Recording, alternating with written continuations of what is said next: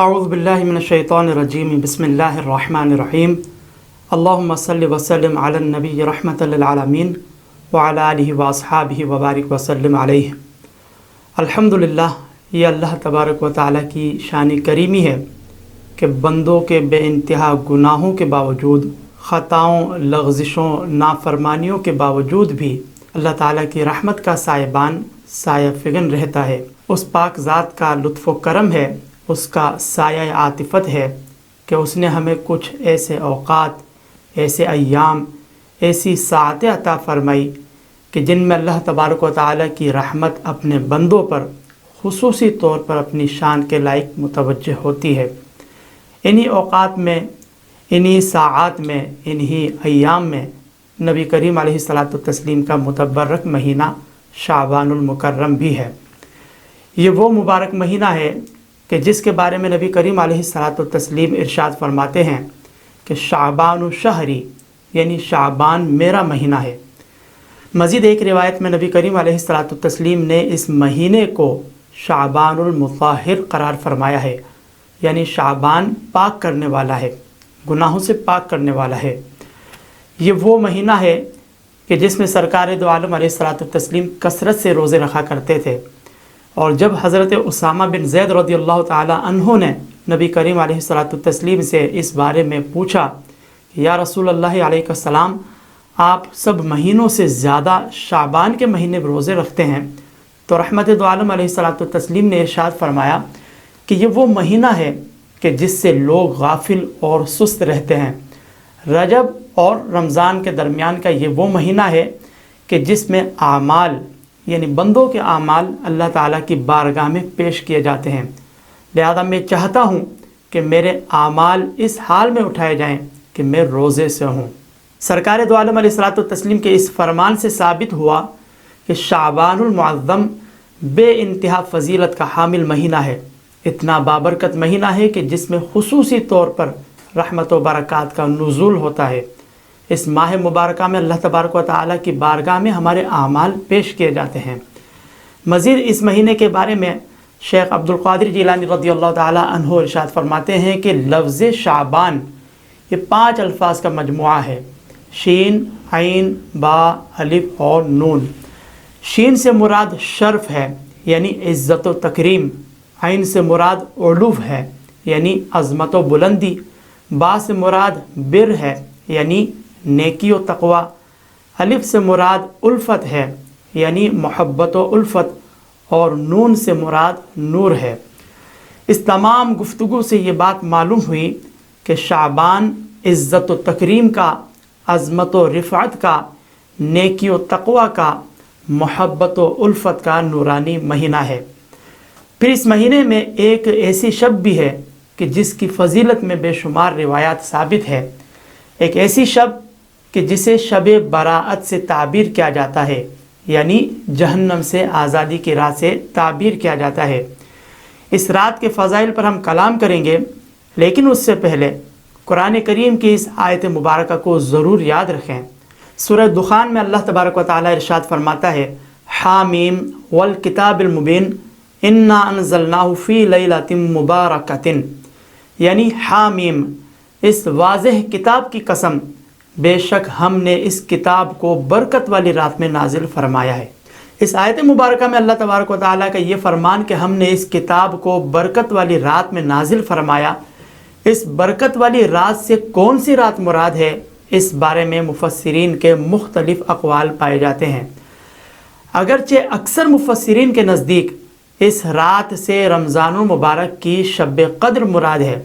یعنی قرآن کریم رمضان المبارک کی بابرکت رات یعنی شب قدر میں نازل ہوا۔ لیکن دیگر بعض علماء اسلام کا یہ نظریہ رہا ہے کہ اس رات سے مراد شعبان المعظم کی 15ویں شب ہے، تو یہ ایک اختلافی مسئلہ ہے۔ لیکن حدیث مبارکہ میں اس شب یعنی شعبان المعظم کی 15ویں شب کے بارے میں صراحت کے ساتھ نبی کریم علیہ الصلاۃ والتسلیم کا یہ فرمان موجود ہے کہ شعبان کی 15ویں رات کو اللہ تبارک و تعالیٰ آسمان دنیا کی جانب نزول فرماتا ہے، یعنی اللہ تبارک و تعالیٰ اپنی شان کے لائق نزول فرماتا ہے، اس کی رحمت کا خصوصی طور پر نزول ہوتا ہے۔ تو قبیلہ بنو کلب کی بکریوں کے بالوں سے بھی زیادہ کو اللہ تبارک و تعالیٰ بخش دیتا ہے۔ قبیلہ بنو کلب یہ عرب کا ایک ایسا قبیلہ تھا کہ جو سب سے زیادہ بکریاں پالا کرتا تھا۔ اگر غور کریں تو صرف ایک بکری میں بالوں کی تعداد کو ہم شمار نہیں کر سکتے، بلا مبالغہ ہزاروں سے بلکہ لاکھوں سے بھی بال تجاوز کر جاتے ہیں،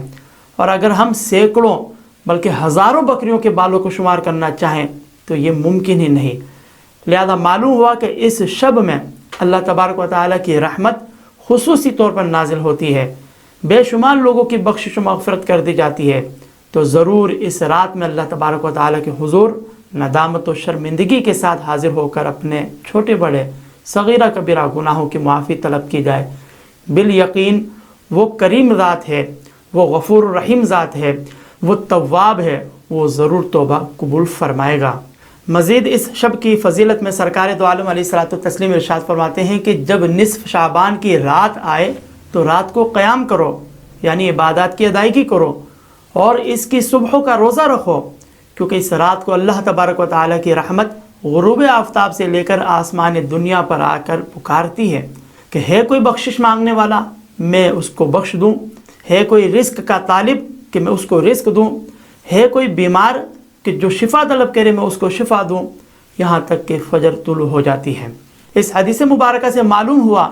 کہ اس شب میں اللہ تبارک و تعالیٰ کی بارگاہ میں سوال کرنے والا خالی نہیں لوٹایا جاتا، لہذا ضرور شب بیداری کا اہتمام کیا جائے، خوب ذکر و اذکار کیا جائے، اپنی حاجات کو، اپنی ضروریات کو اللہ تبارک و تعالیٰ کی بارگاہ میں عاجزی انکساری کے ساتھ پیش کیا جائے، خصوصی طور پر دعاؤں کا سلسلہ جاری رکھا جائے۔ انشاءاللہ پھر خالی دامن بھی بھرے جائیں گے، تنگی و بدحالی آسانی و خوشحالی میں تبدیل کی جائے گی، دعاؤں کی شرف قبولیت بھی ہوگی، اور انشاءاللہ بخشش و مغفرت کا پروانہ بھی جاری ہوگا۔ یہاں یہ بات ضرور یاد رکھی جائے کہ شب بیداری کا مطلب ہرگز یہ نہیں کہ انسان پر نیند کا ایسا شدید غلبہ ہو کہ طبیعت میں نشاط و سرور ہی باقی نہ رہے اور انسان خود پر جبر کرتے ہوئے بے دلی کے ساتھ نماز یا دیگر ذکر و اذکار کی ادائیگی کرے، نہیں، بلکہ جس قدر طبیعت میں نشاط باقی و برقرار ہو اسی مقدار عبادات کی ادائیگی کرے۔ اگر کوئی دل جمعی کے ساتھ، خوش دلی کے ساتھ ساری رات ذکر و اذکار میں گزارنے پر قدرت رکھتا ہو تو نور علی نور، لیکن اگر کوئی شخص خوش دلی کے ساتھ، دل جمعی کے ساتھ رات کا اکثر حصہ یا فقط آدھی رات یا اس سے بھی کم وقت عبادات کی ادائیگی کرتا ہے، ذکر و اذکار کرتا ہے، نوافل کا اہتمام کرتا ہے، نبی کریم علیہ الصلوۃ والتسلیم پر درود و سلام کے نذرانے پیش کرتا ہے، اور طبیعت میں نشاط و سرور بھی باقی ہو، تو اب یہ اسی مقدار عبادات کی ادائیگی کرے۔ پھر مزید اس شب کی فضیلت میں، یعنی شب برات کی فضیلت میں، حضرت عائشہ صدیقہ رضی اللہ تعالی عنہ فرماتی ہیں کہ سرکار دو عالم علیہ الصلوۃ والتسلیم نے ارشاد فرمایا کہ اے عائشہ، کیا تمہیں معلوم ہے کہ شعبان کی 15ویں شب کو کیا ہوتا ہے؟ انہوں نے عرض کی کیا ہوتا ہے، یعنی یا رسول اللہ علیہ السلام کیا ہوتا ہے؟ تو سرکار دو عالم علیہ الصلوۃ والتسلیم نے ارشاد فرمایا کہ اس رات سال میں جتنے بھی لوگ پیدا ہونے والے ہیں ان سب کے نام لکھ دیے جاتے ہیں، اور جتنے بھی لوگ وفات پانے والے ہیں ان کے نام بھی لکھ دیے جاتے ہیں، اور اس رات میں ان لوگوں کے اعمال، یعنی پورے سال کے اعمال اٹھا لیے جاتے ہیں،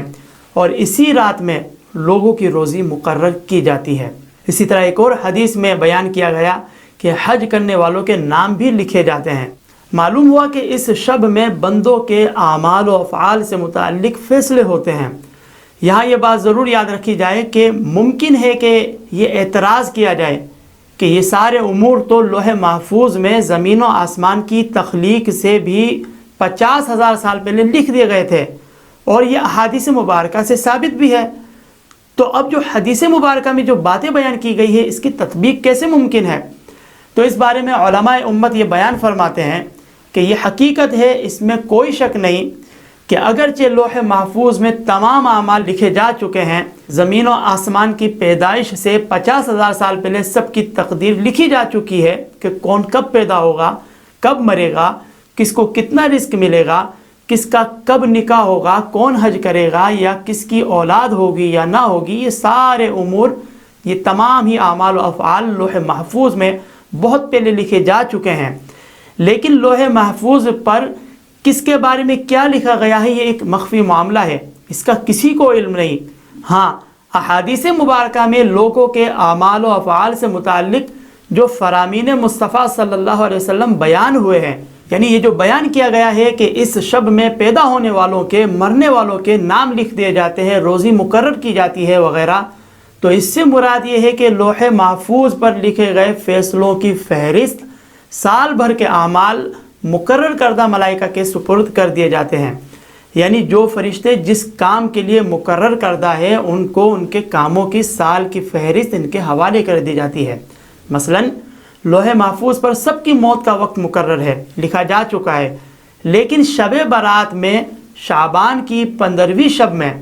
کون کون اس دار فانی سے رخصت ہوگا، ان ساری باتوں کی فہرست، ان کے ناموں کی فہرست جناب ملک الموت کے سپرد کر دی جاتی ہے۔ اور یہی بات حدیث مبارکہ میں بھی اس طرح بیان ہوئی کہ سرکار دو عالم علیہ الصلوۃ والتسلیم اس رات سے متعلق ارشاد فرماتے ہیں کہ اللہ تبارک و تعالیٰ اس سال جس بندے کی روح قبض کرنا چاہتا ہے تو ملک الموت کو اس رات میں اس کی روح قبض کرنے کا حکم ارشاد فرما دیتا ہے۔ اسی طرح دیگر اعمال و افعال کا دیگر مقرر کردہ فرشتوں سے تعلق ہے۔ یہاں یہ بات ضرور یاد رکھی جائے کہ احادیث مبارکہ کی روشنی میں اس شب میں یعنی 15 شعبان کی رات میں جہاں اللہ تبارک و تعالیٰ کی رحمت و برکات کا نزول ہوتا ہے، جہاں بے پناہ لوگوں کی بخشش و مغفرت کے پروانے جاری ہوتے ہیں، جہاں لوگوں کی خالی جھولیاں بھر دی جاتی ہے، جہاں دعاؤں کی شرف قبولیت ہوتی ہے، وہیں کچھ ایسے لوگ بھی ہیں کہ جو اس شب کی برکات سے محروم رکھے جاتے ہیں۔ ایسے لوگ بھی ہیں کہ جن پر اللہ تبارک و تعالیٰ نگاہ لطف نہیں فرماتا۔ مثلا احادیث مبارکہ کے مطابق ایسے لوگ کہ جو شرک کا ارتکاب کرتے ہوں، ایسے لوگ کہ جو بغض و کینہ رکھنے والے ہوں، ایسے لوگ کہ جو جادو ٹونا کرنے والے ہوں، ایسے لوگ جو قطع رحمی کرنے والے ہوں یعنی بلا عذر شرعی قطع تعلقی کرنے والے ہوں، ایسے لوگ جو تکبر کی وجہ سے اپنی تہبند کو لٹکانے والے ہوں یعنی جو تکبر کرنے والے ہوں، ایسے لوگ کہ جو اپنے ماں باپ کے نافرمان ہو، ایسے لوگ کہ جو شراب کے عادی ہوں، ایسے لوگ جو ناحق قتل کرنے والے ہوں، اسی طرح ایسے مرد اور عورت کہ جو زنا کرنے والے ہوں، ایسے لوگ کہ جو ڈاکہ زنی کرنے والے ہوں، ایسے لوگ کہ جو تصویریں بنانے والے ہوں یعنی جو بلا عذر شرعی جاندار کی تصویریں بنانے والے ہوں، ایسے لوگ کہ جو چغل خوری کرنے والے ہوں یعنی ایسے لوگ کہ جو مسلمانوں میں فساد ڈالنے کی غرض سے ایک کی بات دوسرے کو پہنچاتے ہو، تو اس قسم کے تمام افراد پر اللہ تبارک و تعالی رحمت کی نظر نہیں فرماتا، نگاہ لطف نہیں فرماتا۔ حالانکہ اس شب میں اللہ تبارک و تعالی کی رحمت جوبن پر ہوتی ہے، لیکن اس قسم کے تمام افراد اپنی شامت اعمال کے نتیجے میں اس رات کی برکات سے محروم رکھے جاتے ہیں۔ تو یقیناً بدبختی ہے ایسے لوگوں کے لیے کہ جو اس شب کو تو پائے لیکن اس شب کی برکات سے وہ محروم رہ جائے۔ ہاں، اگر ایسے افراد سچے دل سے توبہ کر لے اور اپنے اعمال قبیحہ سے باز آ جائے، شرک کرنے والا شرک سے باز آ جائے، دل میں بغض و کینہ رکھنے والا اپنے دل کو صاف کر لے، شرابی شراب پینے سے باز آ جائے، ماں باپ کو ستانے والا اس فعل قبیح سے تائب ہو جائے، قطع رحمی کرنے والا یا تکبر کی وجہ سے تہبند لٹکانے والا، تکبر کرنے والا ان افعال ممنوعہ سے باز آ جائے، جادو ٹونا کرنے والا جادو ٹونے سے باز آ جائے، زانی زانیہ زنا سے باز آ جائے، قاتل قتل و غارت گری سے باز آ جائے، چغل خور چغل خوری سے باز آ جائے۔ اسی طرح اگر انسان ان تمام امور سے اجتناب کرے کہ جو اس شب کی رحمت و برکات کی راہ میں رکاوٹ بنتے ہوں اور سچے دل سے اللہ تعالیٰ کی بارگاہ میں توبہ کرے، تو یقیناً اللہ تبارک و تعالیٰ کی رحمت بہت وسیع ہے، وہ بڑا غفور الرحیم ہے، وہ تواب ہے، توبہ قبول کرنے والا ہے۔ لہذا پھر ایسے لوگ بھی اس بابرکت رات کی رحمت و برکات سے ضرور فیضیاب ہوں گے۔ تو خلاصہ کلام یہ ہے کہ شب براءت ایک عظیم متبرک رات ہے۔ اس رات میں اللہ تبارک و تعالیٰ کی رحمت و برکات کا خصوصی طور پر نزول ہوتا ہے، لہذا ضرور اس رات میں شب بیداری کا اہتمام کرتے ہوئے خوب ذکر و اذکار کیا جائے، عبادات کی ادائیگی کی جائے، نوافل کا اہتمام کیا جائے، انفرادی طور پر یا باجماعت صلاۃ التسبیح کا اہتمام کیا جائے، سرکار دو عالم علیہ الصلوۃ والتسلیم کی بارگاہ اقدس میں خوب درود و سلام کے نذرانے پیش کیے جائیں، اپنے مرحومین کے ایصال ثواب کے سلسلے میں قبرستان کا رخ کیا جائے، کیونکہ حدیث مبارکہ سے ثابت ہے کہ 15 شعبان کی رات نبی کریم علیہ الصلوۃ والتسلیم بقیع کے قبرستان میں تشریف لے گئے تھے، اور نبی کریم علیہ الصلوۃ والتسلیم نے اس شب کی اہمیت اور اس کی فضیلت پر آپ نے کلام بھی ارشاد فرمایا ہے۔ لہذا نبی کریم علیہ الصلوۃ والتسلیم کی اس سنت مبارکہ پر عمل کرتے ہوئے اس شب میں ضرور قبرستان تشریف لے جائیں۔ ہاں، اس میں خواتین ضرور اجتناب کریں، کیونکہ اس شب میں خواتین کا قبرستان کی جانب رخ کرنا یہ کسی آزمائش سے کم نہیں۔ لہذا خواتین گھروں میں رہ کر اپنے مرحومین کے لیے، مسلم امہ کے لیے ایصال ثواب کا اہتمام کریں۔ پھر اگر کوئی شخص یہ اعتراض کرتا ہو کہ نبی کریم علیہ الصلوۃ والتسلیم کا اپنی حیات طیبہ میں صرف ایک بار شب برات میں قبرستان جانا ثابت ہے، لہذا زندگی میں صرف ایک بار قبرستان جائیں، اس پر مداومت نہ رکھی جائے، ہر سال قبرستان کا رخ نہ کیا جائے، اگر کوئی یہ بے سروپا بات بیان کرتا ہو، یہ بے سروپا اعتراض کرتا ہو، تو اس کا اصولی جواب یہی ہے کہ اگر نبی کریم علیہ الصلوۃ والتسلیم کا شب براءت میں قبرستان جانا بالفرض ثابت نہ بھی ہوتا تو بھی ہم یہ کہتے کہ شریعت کا اصول ہے، شریعت کا ضابطہ قاعدہ یہ ہے کہ جس کام کی ممانعت نہ ہو اس کا کرنا بالکل جائز ہوتا ہے۔ ناجائز یا حرام کام وہی ہے کہ جس پر شریعت کی طرف سے کوئی ممانعت ثابت ہو، جس عمل پر کوئی ممانعت ہی ثابت نہ ہو اس کے کرنے میں شرعاً کوئی حرج بھی نہیں، کیونکہ ترمذی شریف میں یہ روایت موجود ہے کہ نبی کریم علیہ الصلوۃ والتسلیم سے چند چیزوں کے بارے میں سوال کیا گیا تو رحمت دو عالم علیہ الصلوۃ والتسلیم نے اصولی ضابطہ بیان فرماتے ہوئے ارشاد فرمایا کہ حلال وہ ہے کہ جس کو اللہ تبارک و تعالیٰ نے اپنی کتاب میں حلال فرمایا ہے، اور حرام وہ ہے کہ جس کو اللہ تبارک و تعالیٰ نے اپنی کتاب میں حرام کیا ہے، اور جس چیز پر سکوت ہے، جس چیز پر خاموشی ہے تو اس میں معافی ہے، یعنی پھر وہ کام مباح ہے۔ لہذا معلوم ہوا کہ ہر وہ چیز، ہر وہ عمل کہ جس کی حلت و حرمت سے متعلق قرآن اور حدیث مبارکہ میں خاموشی ہے وہ کام مباح ہے، وہ کام جائز ہے، حلال ہے۔ تو اس تمام وضاحت سے یہ بات معلوم ہوئی کہ بالفرض اگر شب براءت میں نبی کریم علیہ الصلوۃ والتسلیم کا قبرستان تشریف لے جانا ثابت نہ بھی ہوتا تو بھی شریعت کے ضابطے کے مطابق مسلم امہ کا 15 شعبان کی رات کو قبرستان جانا بالکل جائز ثابت ہوا، جبکہ حقیقت تو یہ ہے کہ اس شب میں سرکار دو عالم علیہ الصلوۃ والتسلیم کا قبرستان تشریف لے جانا یہ ثابت بھی ہے۔ لہذا آج اگر یہ امت